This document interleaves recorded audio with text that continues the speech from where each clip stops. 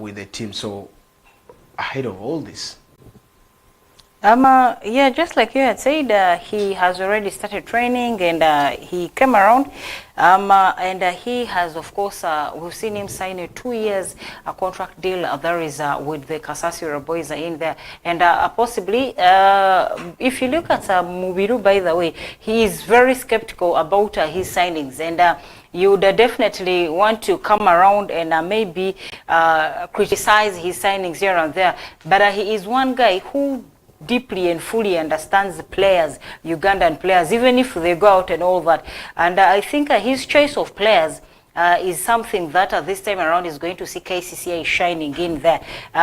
We did see him do trainings. He was also he did feature at the camp for pre-season games, when of course KCCA did have its pre-season games in there, but we thought maybe, I thought maybe he came just through for some holiday that would see him go back, but this time around we wouldn't be expecting him to fly back to the UK, simply because he has now put a pen to paper on a 2 years contract deal for KCCA, and quite a very good one. I don't know if he is going to fit in very well and cover up the gaps that most of the players, very key players of KCCA that did leave, talking over the likes of the Muhammad Shabans and the rest. But possibly, I do trust any signing that comes from the hands of Aruna Mubiru.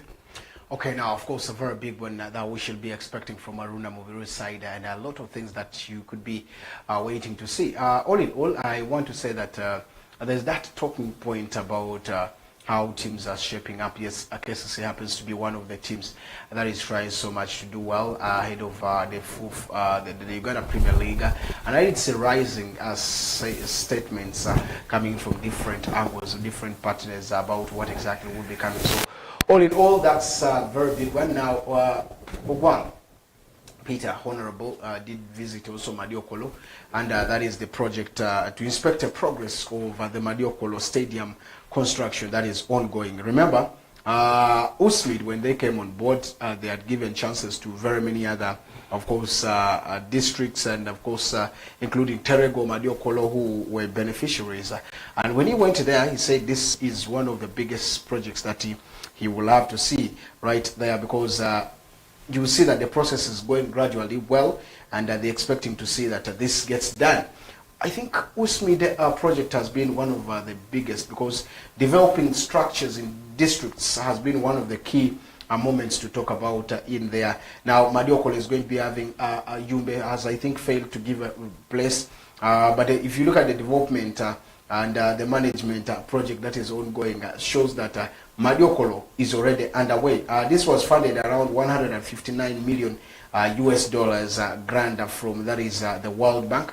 This money was given way back in 2019, and the USMID AF project allocated over 10 billion shillings to, that is the construction of 5 sports complex stadiums in the refugee host district. One of them was Chiliandongo, Terego, Madiokolo, and of course Kamwenge. So now in West Nile, it is Terego and Madiokolo that are supposed to be beneficiaries. Of course, Terego was given up on land, which where you're seeing now the stadium, that's Leju. Then Madiokolo has also given out, and he moved through to visit what exactly is happening. Currently under construction, by that is the Jagens Technical Services. Of course, this stadium is estimated to be around 2.5 billion shillings that is going to be used to make sure that this is completed. When completed, it will of course boost a football pitch, basketball and volleyball courts, and at the same time a jogging track in there. Minister Wang did say this, and of course you could see now West Nile starting getting different stadiums. But if you look at where the directions of the stadiums are, they are a little bit far away from the towns, from the it's so big that you could be talking about what do you think about this? Is it because city centers people have bought all the lands in here? What about a land that if it could be bought in a money in Oluko, do you think this would be something maybe if people gave? I think why now such infrastructures are moving outside the city centers are because, first of all, one, There is a lot of congestion, by the way, within the cities. You literally also gave in one of the reasons, which possibly is that there couldn't be any other land that is free, that possibly can be used for such developments and all that. Basically, I think now the thing is that the land that could be left versatile, that could be left empty, that is very ready for such an infrastructure development, lands that are in the outskirts of the city. Because one within the city, definitely there are quite a number of things that possibly could be coming up, such as let's say plazas, hotels and all that. People always come through and want to stay within town. You cannot build a hotel outside town and expect maybe, unless otherwise. But I think for this, it is because the lands within have fully been occupied. And I think for the West Nile region, the two people, or the two community people that were able to provide in land for building this, it's quite going to be a very good one. It's quite going to be a very good add-on to the development over these communities. First of all, it's going to it's going to provide employment opportunities to a lot of people. It's going to bring in revenues to a lot of people, specifically on match days, especially the one at Leju down in Terego, that I should say has been completed. We're waiting for games to be hosted down there. And then the one in Madi, definitely I should say is also quite a very good project that will one time, if not now though, will be very, very beneficial to the people over West Nile. A very brand new month with new ideas, with the new things that you could be coming in there. So your versatility will always make you money right there. That's one big thing that I can tell you this very afternoon. But of course, coming back to the football, brand new month with brand new names and new collapse in that is the national team. Uganda Cranes squad today was unveiled or announced by that is Paul Put ahead of the game or the battle with of course Sudan, which is going to be on 11th and 15th October 2024 in National Stadium, Nambole and Juba. Remember, the break is coming up right there now. Of course, I want us to discuss in lengthy about this. Ismail Watenga has been called. He plays for Golden Arrows as a goalkeeper. Nafian Eliunzi, he plays for Defense Forces in of course Ethiopia.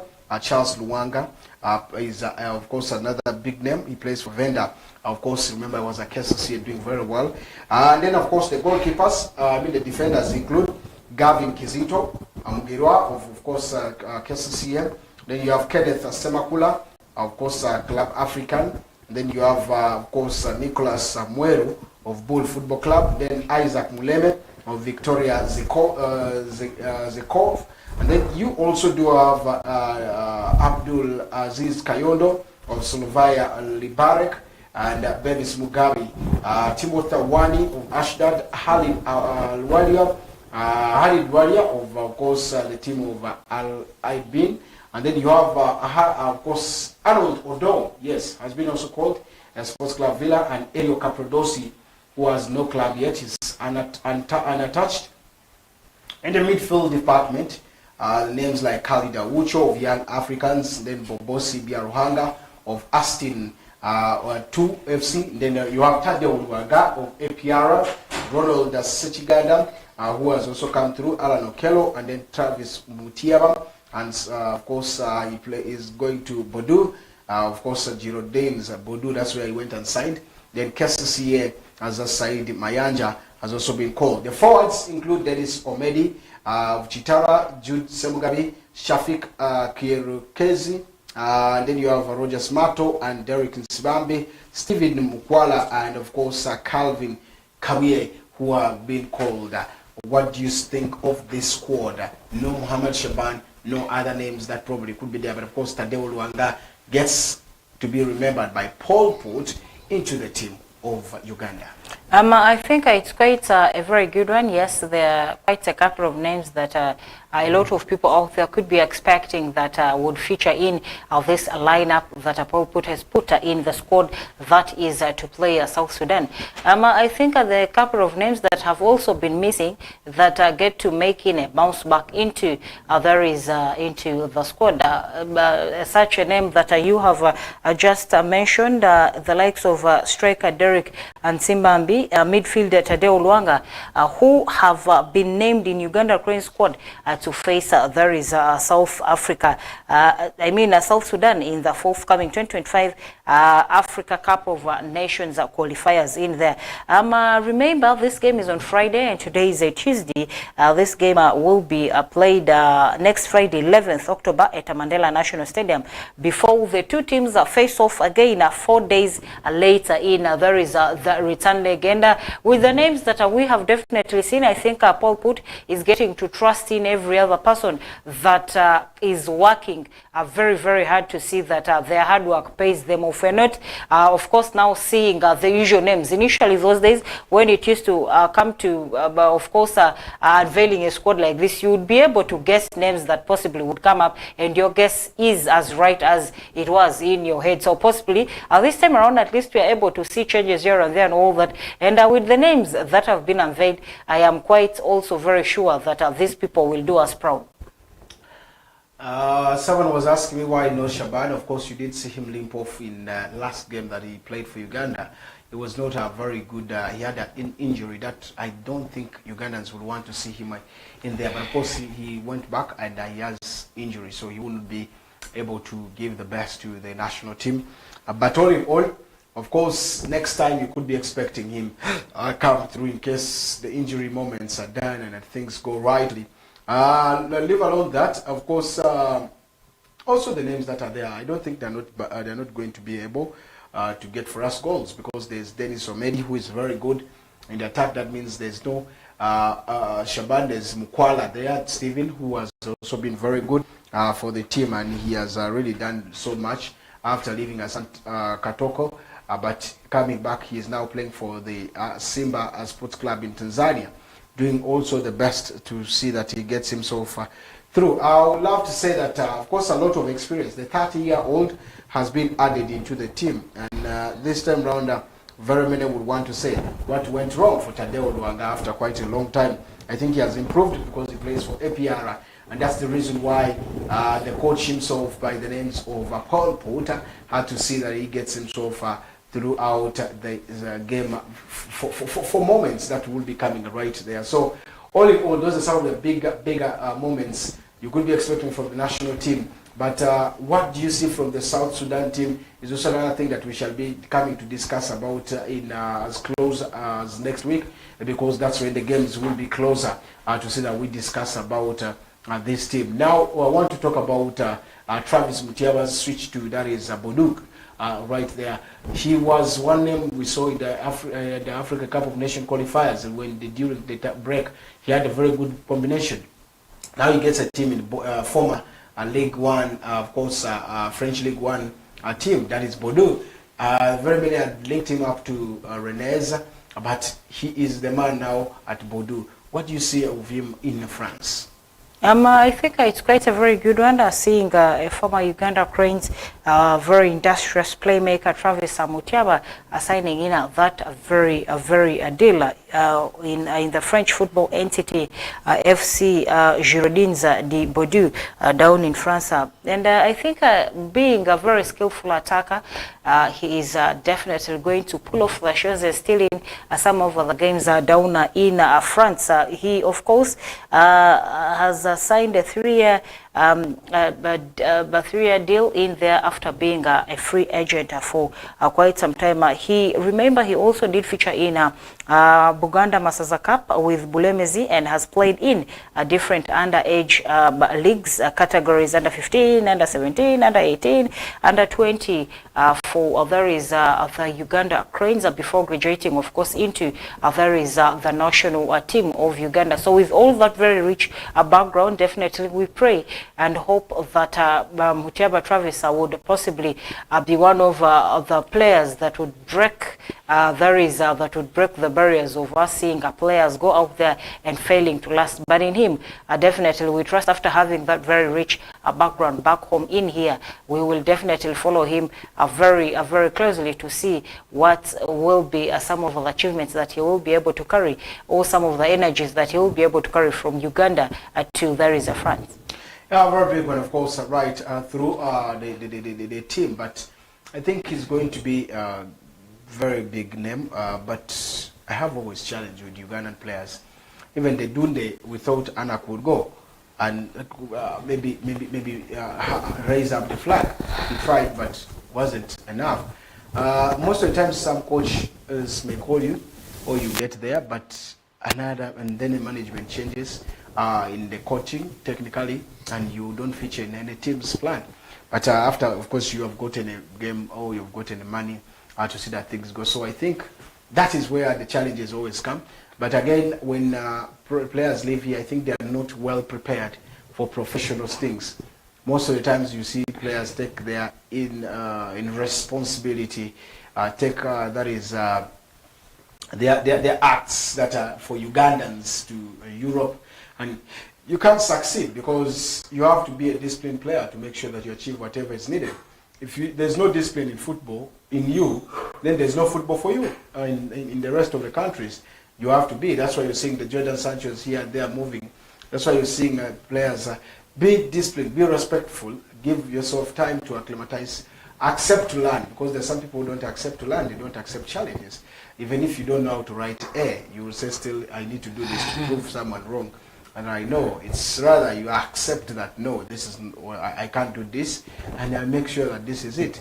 So I think that is one of the biggest things in there to see the team of, the Ugandan players needs to adjust to learn, start behaving professional now, from eating, from the wolf stay, from your time of sleep and the rest. For footballers, that is very necessary. Your nutrition, those are some of the things. Then waiting, you first want to eat matoke, you first want to eat inyasa before you go. I was looking at a documentary of Cristiano Ronaldo. He's mostly a man of course, fluids. He takes water more than any other thing. He's always the first at the training grounds. He's the last to leave, even after people are done. So those are some of the things that you can really look into and say, yes, maybe I need to be professional. And people, when they go for happiness, for him is on water, whereas the rest are even getting drunk. So those are some of the things that you really need to learn. A lifestyle from here to there is there to change accordingly. If you can accept change, then you will have the respect to progress. We have seen Sekaja Ibrahim, up to now he's at Red Bull Salzburg in America, and he has never gone back. He's there. You see, that's how things go. So I think it's all about taking whatever you think will take you to the right person. Now, of course, leaving that there, there's Edward Bolola, the former coach of Viper Sports Club, now who has again joined the Proline Football Club as a head coach, and he has signed a 3-year deal with the club that is currently competing again in the Kampala region, of course, regional league. Remember, Proline was almost getting to that is the big league, but still they failed at the last moment. Muji Bukasule feels now he needs to get the right coach to push this team to the right angle. Coach with CAF A, but going to Proline in a regional league team, what does that mean for him? I think it's quite a very good one. We did see him put pen to paper of a contract that definitely will last for 3 years in there. And it's quite a very good one. I think Proline is still suffering the shock that they are still in a regional league. We did see them make rounds one time when they were playing in that the Elite League in there. And definitely I think it's quite a very good one. I'm seeing such a coach with a cafe being signed by a team that, of course, plays a lower league division, regional league of Kampala. I think it's quite a very good one, and this clearly shows to you, the ambitions of the club that definitely gets to sign such a coach. Yeah, now if you look at him, he has been experienced coach. Vipers, then of course Light, the St. Mary's. He has been a very good one, winning for them trophies, silverwares. But at the same time, Golola is one of the pivotal persons, of course, in the three of the Vipers 6 trophies that they have gotten to themselves, all the titles that they clinched in, that is Uganda Cup in 2016, if you remember. They lifted the Super Cup, the Super 8 Cup in 2019 with, of course, the club, and he has done a lot of things. Tencha with that is the St. Mary's, and proving right there. So I think he's going to add a lot of experience into the young boys at Proline, probably to see how he is going to be, because he has worked with the young talent before. He loves talent identification, and that's one thing Mujib Kasule loves to see over his club, which is Proline Football Club, developing players and of course making money out of them. That has been one key thing that he has done for quite a long time. So we're expecting a lot of things to push through, and see what exactly this will mean for him, because we shall be waiting to see how he is going to assemble his team, how he's going to be pushing in there. Now today, of course, there's going to be a game between Nduparaka Football Club and Airfield. Tomorrow, I'm told that game is going to be an open game this time around for even the fans to come and assess with Airfield, because you are able to watch this in there, unless otherwise. Before we go away from the local scenes, anything locally that you have probably talking about Airfield, I think officially they will be starting training today. Initially, Airfield is one side that has been doing trainings at down at Giaco Primary playgrounds, and we did see them also use that pitch as the home ground to host home games that they did play in. So are they changing? Yeah, they are changing this time around. Their training will be at police grounds starting today. Yeah. What about Arua City? Because Arua City also trains there. Maybe they'll, we've seen teams using the same pitch. They will allocate, I think, different timings for the training. That could as well work. I need to take a walk and see how the pitches, or the pitch of Arua police grounds is like. Of course, remember they had planted grass. I think it took some year to see that it develops very well, to grow and push things, work out in there. And Otramachaku looks to be another disorganized team. Up to now, they've not started training, by the way. The coach is here. The players are still playing friendly games, playing select games. What could be the problem at Otramachaku? Otramachaku, just like you had said, you definitely, at this time in point, if you want to raise a concern, you'd literally look for who to raise the concern to in vain. That is Otramachaku. Their players seem headless. They literally don't know where they're going. They don't know what they want and all that. So it's basically hard to understand whatever it is that is happening in that side.